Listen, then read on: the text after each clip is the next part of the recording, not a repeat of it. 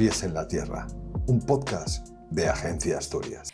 Muy buenas, bienvenidos a un nuevo capítulo de Con los pies en la tierra y hoy nos encontramos con un fotógrafo asturiano pero conocido y reconocido a nivel internacional, García de Marina, bienvenido.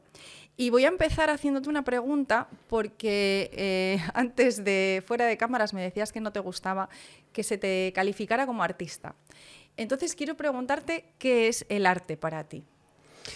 Bueno, lo primero, darte la enhorabuena porque creo que este tipo de programas son muy necesarios para que gente que es anónima y gente que está haciendo cosas interesantes en Asturias y fuera tenga un no reconocimiento, sino que la gente pueda conocer lo que está haciendo y sobre todo las personas anónimas que no tienen voz y tú le estás dando voz. Entonces, te doy una enhorabuena por la segunda temporada y que es un honor para mí estar aquí contigo. Bueno, realmente tú no lo necesitarías, pero yo estoy, para mí es un privilegio que estés aquí sentado conmigo hoy. Volviendo a la pregunta, ¿qué es el arte para ti? El arte para mí es una forma de expresión. Para mí creo que está muy utilizada, como mal utilizada quizás, porque considero que no todo el mundo está haciendo arte, todo el mundo se está expresando y por su forma de expresarse no se la puede denominar arte. Para mí el arte es cuando grandes maestros que fueron muy disruptivos o cambiaron una serie de tendencias a lo largo de la historia del arte, son considerados como artistas de verdad, ¿no? El arte sí es verdad que es una forma de expresión, pero no todo el mundo que hace una forma de expresión está haciendo arte. No todo es arte. Y como yo te decía un poco lo que significa el arte para mí, al final sí que es cierto que lógicamente todos nos expresamos y todos tenemos quizá algún talento a través del cual podemos representar o expresar lo que llevamos dentro, pero es verdad que evidentemente no todo es arte. Una de las cosas que para mí es significativo cuando denominamos a algo como una obra de arte es la identidad. Y en tu trayectoria y en tu obra, en tus fotografías, se te puede identificar, una vez que conoces y ves un poco tu trayectoria, sí que es cierto que se te puede identificar por tus fotografías. ¿Qué crees que te hace identificable? Bueno, creo que es una pregunta compleja y es difícil quizás de contestar. Para mí el mayor piropo que me pueden decir es que vean una fotografía mía y que se reconozca sin firmar, ¿no? Yo al final utilizo el mundo del objeto y en el mundo está utilizando muchos autores, no solamente en fotografía, sino en escultura, en pintura, el objeto. Entonces creo que estoy dentro de una temática que sí realmente no está muy, muy utilizada, pero para mí es un piropo. ¿Qué creo que me diferencia? Pues no lo sé, yo creo que los intereses que puedo tener en un determinado momento para construir una fotografía. No solamente una fotografía, sino un proyecto fotográfico. Al final, lo que hablamos con la primera pregunta, uniéndolo a lo que es el arte, y es una forma de expresarse, yo creo que las inquietudes que puedo tener con la edad que tengo ahora, no cuando empecé a hacer fotografía o cuando no tenía ningún tipo de interés en la fotografía, mis inquietudes eran totalmente diferentes a las que tengo ahora. Entonces creo que la diferenciación que puede haber entre una persona y otra son las propias vivencias. Y dentro de las propias vivencias, es luego la interpretación de las propias fotografías de las personas que pueden visitar una exposición, enfrentarse a una fotografía que presenta una muestra. ¿Y cómo se despierta en ti esa manera de expresarte? O sea, ¿cómo empiezas a hacer fotografía y a partir de qué momento eres consciente de que esa es tu forma de expresarte y quieres seguir desarrollándola y evolucionando en ella? Bueno, todo empezó cuando tenía 35 años, que cayó en mis manos una cámara de fotos. Y bueno, cayó en mis manos, no, a ver, estaba interesado por el mundo de la fotografía, pero porque había caído en mis manos un curso de fotografía que se llamaba Un año de fotografía, que lo coordinaba un fotógrafo que era muy conocido, que se llama José Benito Ruiz, cuya temática era la que él utilizaba en la fotografía de naturaleza.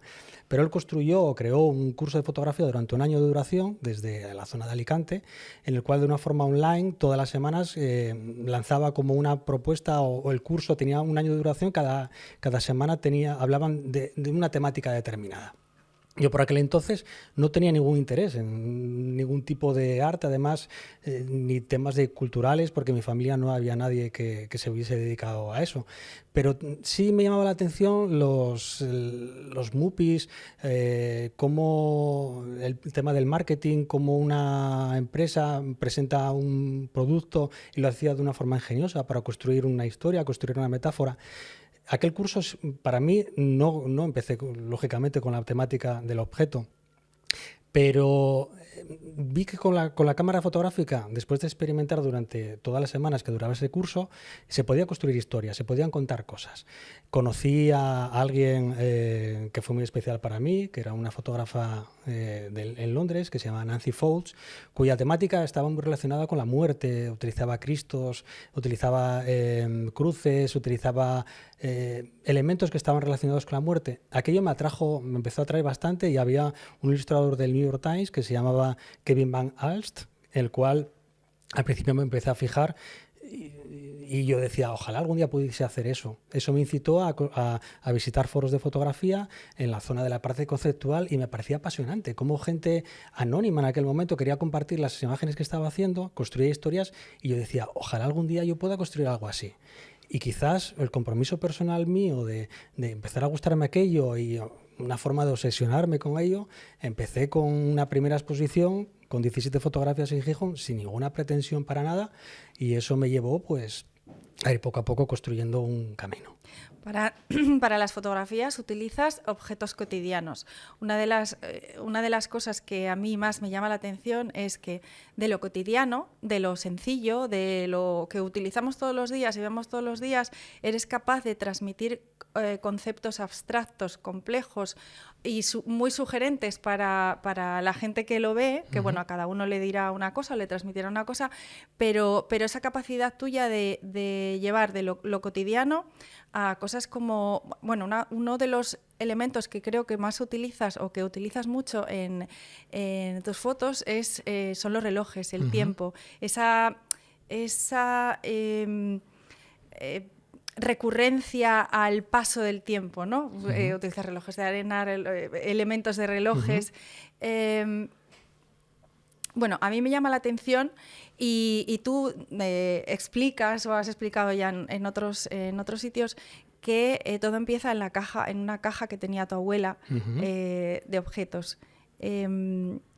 ¿Eso se sigue manteniendo ahora? Ahora que ya han pasado 12, 13 años desde que empezaste este recorrido, ¿sigues teniendo eso presente? ¿Sigues utilizando esos objetos o has evolucionado hacia cosas un poco más sofisticadas?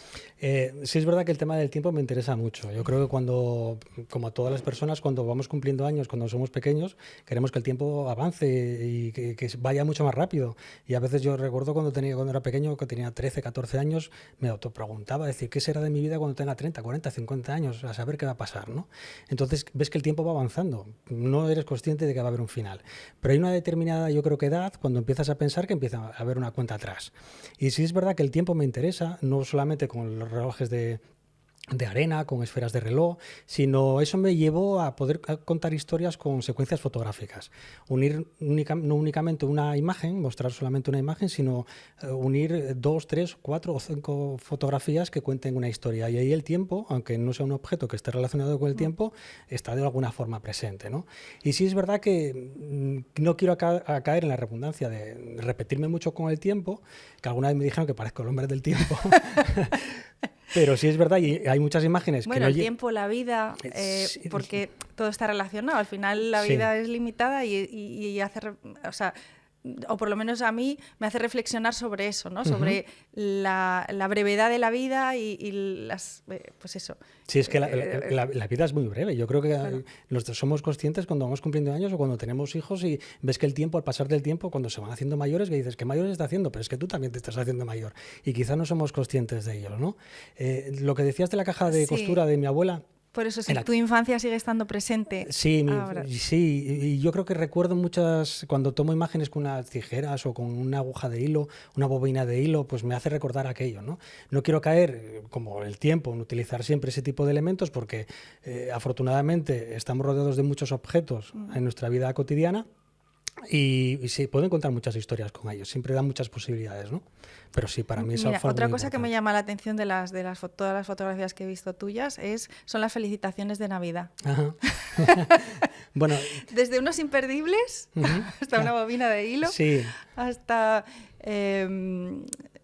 no sé, bueno, esto lo comento porque me llama ujú, mucho la atención. Hablamos de fotografía conceptual, de poesía visual, eh, sin palabras. ujú, ¿Crees que la palabra nos limita? O sea, porque tienes una de tus exposiciones ujú. o de tus secuencias, es la palabra, La palabra la palabra inacabada. inacabada. Ujú, ujú. Esa falta de que se termine la palabra, eso, ¿crees que la palabra limita el arte o lo enriquece? O Hombre, yo pienso que la palabra bien utilizada puede enriquecerlo, lógicamente. Cuando tienes un discurso... porque perdona, Sí, solamente porque tus fotografías no tienen títulos. sí, efectivamente. Solamente hubo una fotografía que le tuve que poner el título que se llama Las 4 estaciones cuando utilicé 4 vasos de cristal. No quise utilizar nunca título porque no quería focalizar una primera impresión, una primera lectura por parte del espectador. Creo que un título o un texto en una fotografía puede enriquecerlo, lógicamente, salvo que me puedas mostrar una puesta de sol en la playa de Gijón y la titules Puesta de sol. Ya parece que me estás matando el mensaje de la propia fotografía. No me haces investigar, no me haces... La fotografía no me está interpelando, que yo lo que quiero es que la fotografía me pregunte. Y cuando alguien muestra una fotografía y dices que estoy mostrando mis sentimientos o mis emociones, pero realmente veo una captura de algo la naturaleza, por ejemplo, o de un pequeño detalle, necesito a lo mejor tener un contexto de lo que quiere decirme, salvo que esté construyendo una historia que tú veas, pues hay una persona que está introducida dentro de la propia fotografía o algún elemento que te hace preguntarte por qué está eso ahí, ¿no?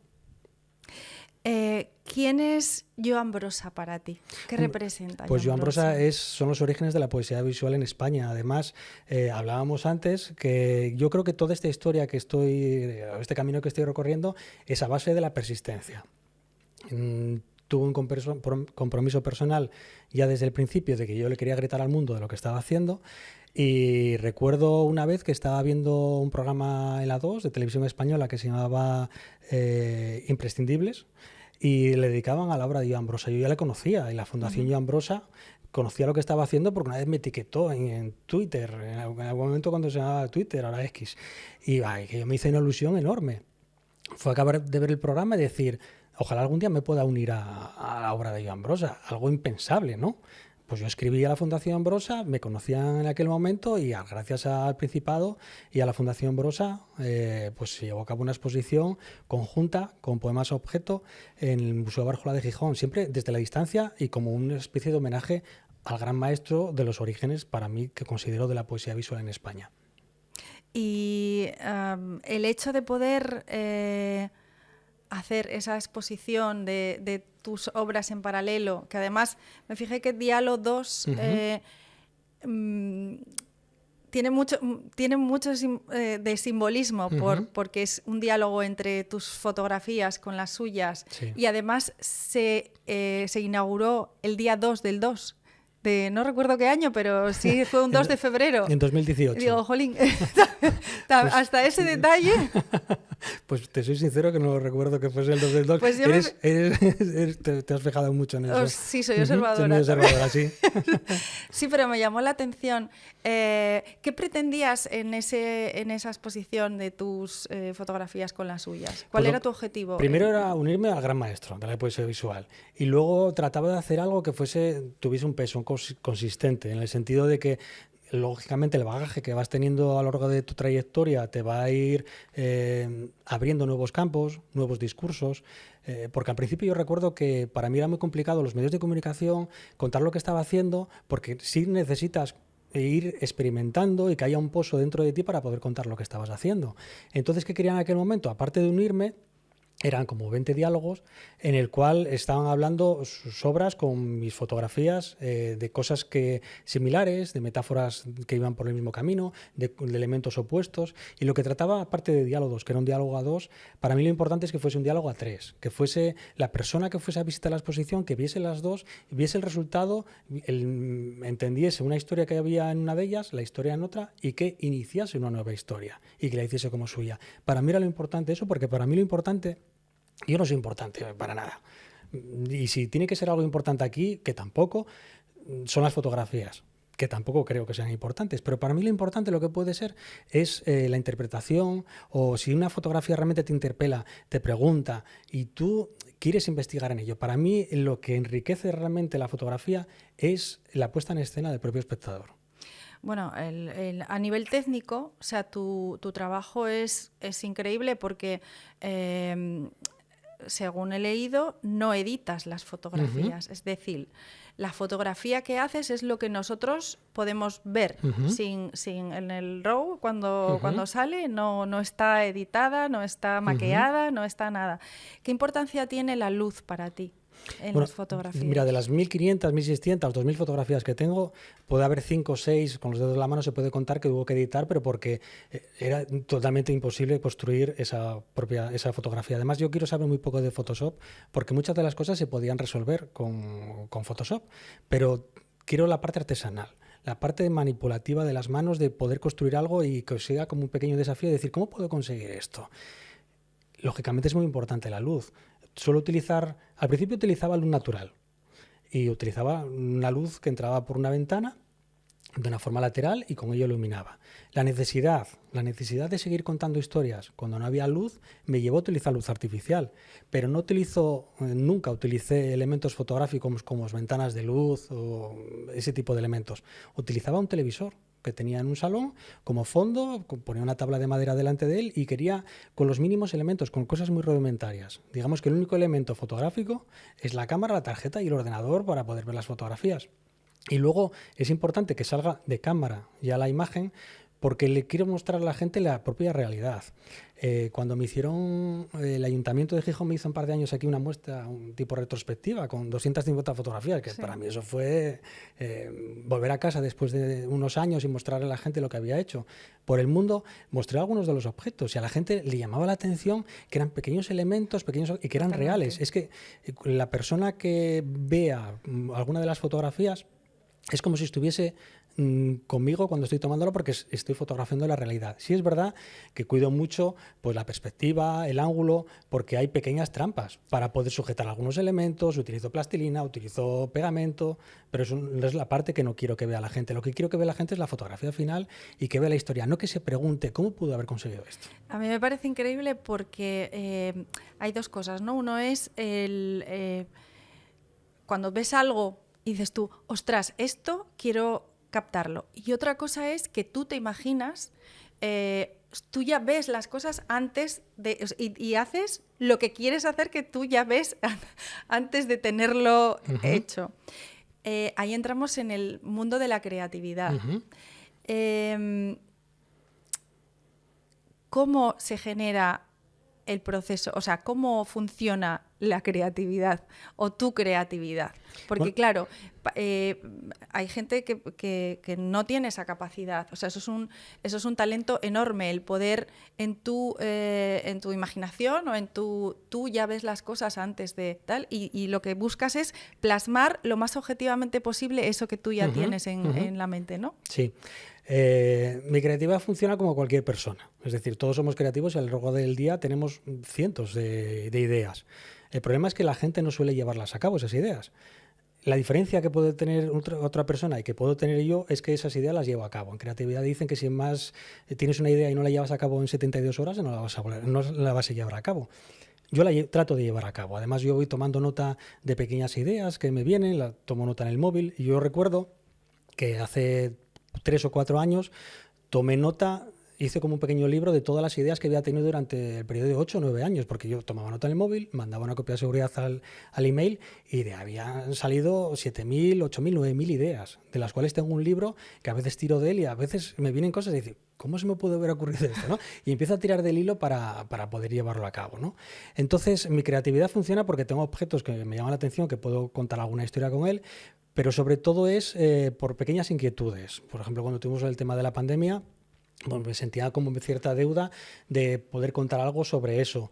Ahora tengo 4 proyectos nuevos que me encerré durante estos meses pasados, en el cual uno va a hablar sobre las relaciones humanas y sobre las emociones, de cosas personales que fui pasando yo y cosas personales que fueron pasando personas de mi entorno, y quise contarlo de esa manera, ¿no?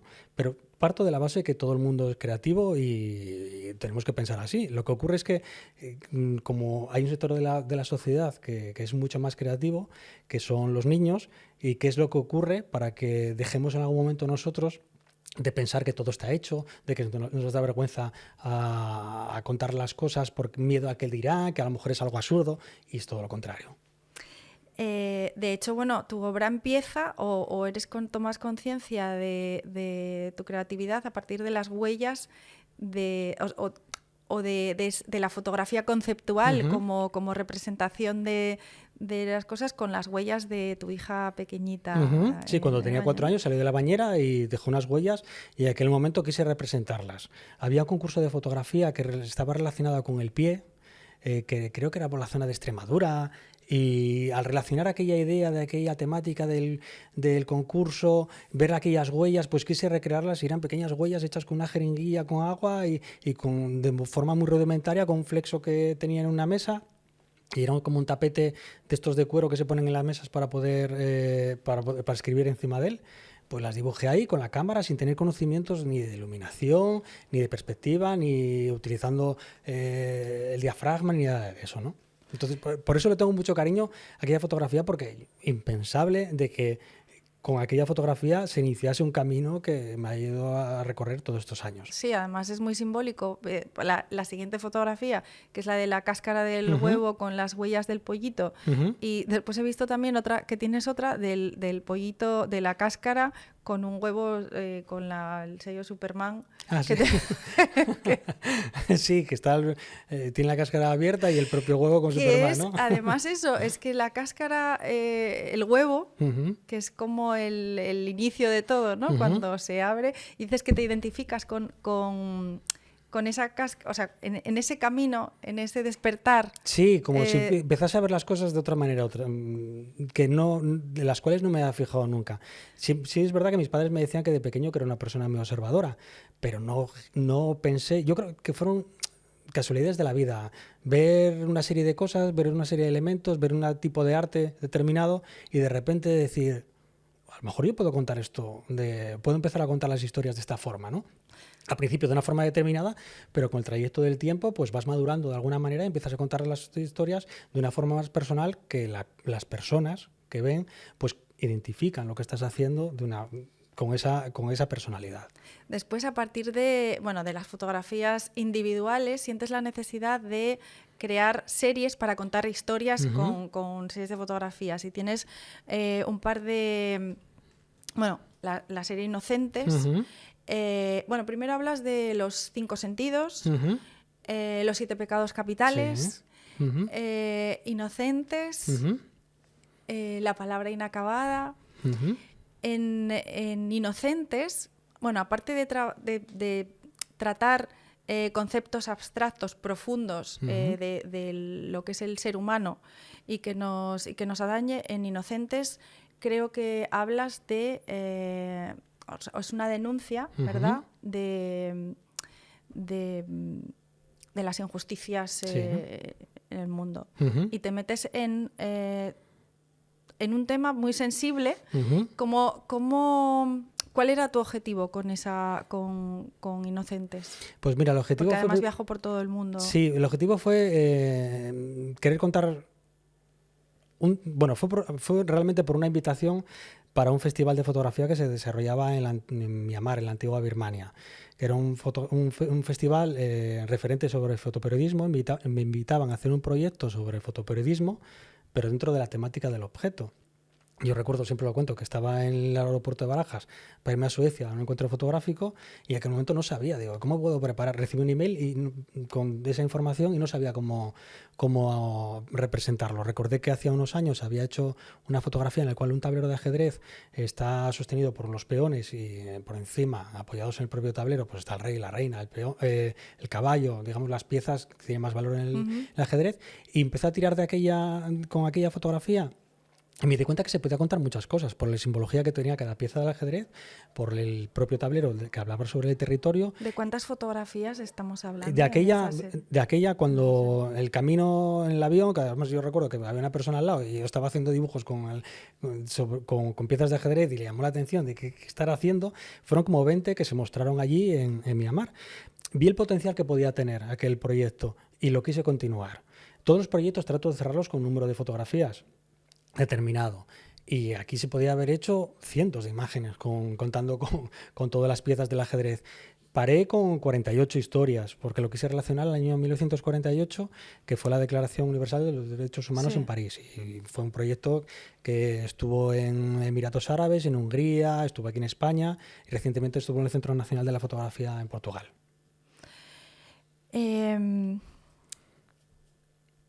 Una de las cosas también que para mí, cómo se puede valorar el arte, es la atemporalidad. Y a lo largo del tiempo, con el paso del tiempo, cómo una obra se puede representar o se puede interpretar de distintas maneras. Yo en música, por ejemplo, la obra de Juan Sebastián Bach, que ha sido interpretada, representada, desde los puristas pues se tiene que interpretar de una manera, y después llega un pianista como Glenn Gould que hace que esa obra se escuche de otra manera diferente y con un sentido totalmente disruptivo, lo que decías tú, como disruptivo, pero muy coherente, ¿no? Con su forma de interpretar. En la fotografía y en tus fotografías tenemos también algún ejemplo de cómo, bueno, aparte de que puede ser interpretada desde cualquier cultura, porque tus fotografías ya han viajado por los 5 continentes y me imagino que desde cada cultura pues se puede interpretar una imagen, y un objeto tiene distintos significados aquí que incluso un color, que por ejemplo, China, ¿no? Sí. La fotografía, digamos, más icónica, yo creo, tuya, es la de la máscara, esa que se puso en un sello y se hicieron 162.000 sellitos. Veo que lo preparaste muchísimo. Para que viajaran por todo el mundo. Sí. No sé si es de 1917, es del 1917, no. Aquella no estaba todavía, no era ni un proyecto de aquella. 2017 creo que fue. Y en el año, después, en la pandemia, cobró un sentido completamente distinto.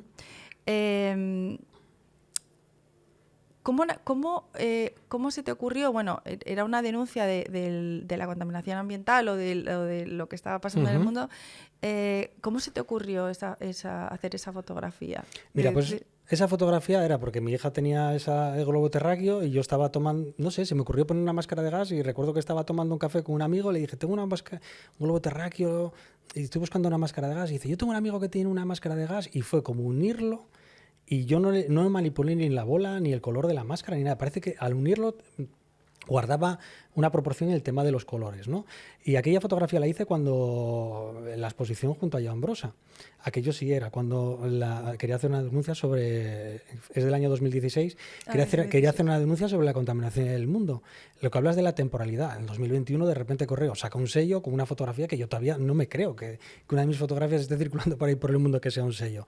Pero me di cuenta de la temporalidad y que quizás el tiempo de lo que hablábamos antes, de que está muy presente en muchas de las fotografías, pues aquí está mucho más presente incluso, ¿no? Sí, pero además, bueno, con el significado que tiene tan potente, o sea, que sin las palabras, otra vez, dice tanto, ¿no? Y que además, pues eso, en 2016 tenía un significado y después en 2020, 2021 cobra un significado también todavía más más potente. Pero hablamos de la interpretación que hablamos. Claro, tú estás muy interesada por el tema de la música. Uno de mis siguientes proyectos que trata sobre la música, donde quise dar un paso más allá. Es un homenaje que empezó como un homenaje hacia Beethoven, hacia la sordera de Beethoven, cómo él creaba, ¿no? Como las sinfonías desde su sordera. Pues traté de traer a un proyecto la parte sinestésica de una persona que puede ver una fotografía y puede escucharse o puede imaginarse un sonido en su mente. Hay 2 fotografías de pianos. Posiblemente la interpretación que puedas tener tú al utilizar un piano va a ser muy diferente a una persona que no conozca nada con el funcionamiento de un piano o de una guitarra o de una flauta o de una armónica. Para mí me interesa, y eso es la parte que enriquece al final, que tú vas a ver muchas más cosas quizás en alguna de las fotografías, o vas a ver algunas también, muchas más carencias posiblemente, porque vas a ser mucho más crítica, vas a decir, pues a lo mejor aquí se confundió, se equivocó, o aquí está contando esta cosa de esta manera, o me hace recordar esta nota que yo toqué en algún momento que haya sido importante en tu vida. Esa es la parte que enriquece todo esto. Bueno, es cierto que desde el observador o desde el oyente o desde, al final, todo lo traduces desde tu propio mundo. Es decir, evidentemente, alguien que sabe música no interpreta una obra. Otra cosa es la sensibilidad y que, independientemente de que se tenga conocimiento sobre algo, sobre música o sobre escritura, eso, alguien se puede conmover igual o más que teniendo conocimiento, ¿no? Otra cosa que me llama mucho la atención de tus fotografías es que la mayoría, bueno, el color lo utilizas de una manera muy concreta. Pero casi siempre o sea, ¿tienes más fotografías en blanco y negro que en color? Son colores, siempre son en color, pero son colores muy suaves siempre. Es muy minimalista. Sí, no utilizo, no quiero, salvo que quiera contar un mensaje, quiero contar una historia donde el mensaje, el color vaya implícito. Por ejemplo, en el proyecto de Inocentes hay un elemento como de presión que está apretando un peón, y el elemento es rojo, de color rojo. La connotación que puede tener aquí en España de color rojo es una connotación, y por ejemplo ese elemento que se iba a mostrar en San Petersburgo en la primera exposición que tuve en el Museo Herarta allí, pues no podía ser rojo, salvo que yo quisiera hacer una crítica hacia el poder. Es importante el tema de la utilización del color, y donde van algunas fotografías hay que mirar que no ser irrespetuosos, salvo que tú quieras hacer una denuncia de lo que está ocurriendo allí. Pero lo que trato es que la imagen del espectador, aparte de que tenga un equilibrio en la propia imagen, que las cosas estén centradas, que tenga tanta importancia el espacio negativo como el positivo, es que el color, si ese color está ahí, es por algo. Y si no, hay que quitarlo. Es como si fuese una cebolla o un pastel de estos de nata, de crema que tiene muchas capas, que te le tienes que ir quitando elementos, porque elementos que no son necesarios para que estén ahí, porque pueden confundir quizás al propio espectador. Entonces, si el color está ahí, es por algo. Y lo he utilizado muy pocas veces. Sí, es verdad, y es verdad que tus fotografías son muy, muy limpias y muy... no hay ruido, o sea, no hay ruido y puedes ver directamente, o sea, te conectas directamente con los objetos de la fotografía, ¿no? Es como el mensaje más directo todavía, porque se quita todo lo demás y está concentrado en... Sí, trato que esté concentrado. Si lo consigo o no, lo que trato de hacer es que esté muy concentrado y que no haya distorsiones, que no haya elementos que no hacen falta que estén ahí. Después hablábamos también o sea, independientemente de la creatividad, el trabajo. En tu perfil de Instagram tienes alguna frase, no muchas, pero sí que tienes alguna frase de como que la mayoría de la gente nos centramos en el resultado y no se ve, que eso creo que es de Michael Jackson, y no se ve todo el proceso o todo el trabajo que hay detrás. Y tienes otra que es, sí, la creatividad, pero además de eso es trabajo. Mira, yo siempre lo cuento en los talleres o las charlas que doy sobre fotografía, cuando me invitan a algún evento, siempre comento algo, y además no se me caen los anillos para contarlo, porque siempre traté de contarles desde el inicio con honestidad todo esto y tratar de compartir lo que estaba haciendo, porque yo entiendo que estoy haciendo esto porque otras personas en su momento compartieron cosas. Es decir, en lo que yo estoy haciendo, la trastienda siempre está abierta y siempre lo muestro, y siempre que me escribe alguien, puede ser aficionado de cualquier parte del mundo, yo siempre le voy a contestar. No para criticar, ni mucho menos, o cuando me piden simplemente mi opinión. Cuando me dicen, ¿puedes valorar lo que estoy haciendo? Yo no soy nadie para valorar lo que está haciendo una persona. No me siento en el papel de poder hacer eso porque no me podría atrever. Entonces, para mí es importante el trabajo. Y luego lo que os decía, que siempre contaba en los talleres, es que yo quise reiterar al mundo lo que estaba haciendo, aparte de las redes sociales. Y empecé a mandar emails por el mundo. Podía mandar hasta 300 emails por día. Yo no sabía que no se podía mandar más, porque el email se me llegaba a bloquear. Entonces lo mandaba a instituciones, galerías de arte, encuentros fotográficos, a cualquier lado donde las fotografías, revistas, a cualquier sitio donde las fotografías pudiesen tener una visibilidad. Yo no sabía que se podía bloquear el email y más de una vez, ni 2, de 3, y 10, y 15 veces el email se me bloqueó porque intentaba más de 300, porque intentaba mandar más de 300. No mando 300 ahora, pero a lo mejor mando 50 o 60, si algo me interesa o instituciones me interesa. Entonces, para mí eso es lo importante. Es como si fuese un iceberg. Ves la parte de arriba, ves el resultado de una exposición, ves 30 fotografías, 40 o 50, pero siempre detrás de todo eso pues hay un camino recorrido bastante amplio, bastante denso, de preparar un proyecto, enriquecerte, documentarte de lo que quieres contar, y al final solo se ve el final. Pero bueno, detrás de eso también hay... hablas de... en tu obra se basa en 3 pilares, ¿no? Sí. En esos 3 pilares que hablas. Y ahí está la ausencia de miedo, porque es verdad que todo eso que haces con el miedo, o sea, no se llegaría a ningún sitio. Háblame de los 3 pilares en los que basas tu trabajo, tu obra y al final tu éxito también, porque si has llegado, o sea, has conseguido llegar, bueno, pues por eso, por tu interés en divulgar, es por constancia, por perseverancia, sí. Bueno, aparte de, por supuesto, el trabajo, la investigación, la soledad también, que de eso tampoco se habla a nivel artístico. Yo cuando veo una fotografía, la gente ve una fotografía, ve un objeto, pero yo veo momentos de silencio, porque estoy en silencio tomando las fotografías en muchas ocasiones, a pesar de que pueda haber música clásica de fondo cuando las tomo en algunas ocasiones, pero al final son momentos de silencio porque en mi cabeza estoy pensando en ese momento, estoy muy concentrado en lo que estoy haciendo, estoy representando. Y esos 3 pilares yo creo que se podría, como tú dijiste, es no tener miedo absolutamente a nada. Voy a hacerte una pregunta que se me está ocurriendo ahora. Sobre la inteligencia artificial, porque claro, ahora estamos como bombardeados con todo lo que es la inteligencia artificial, con todo lo que nos ayuda, con todo... ¿Tú crees que la inteligencia artificial es capaz de pensar o de imaginarse esas cosas o de hacer las cosas que haces tú? Hombre, yo imagino que sí, porque yo creo que al final selecciona o hace una búsqueda global y es mucho más rápida que una mente humana.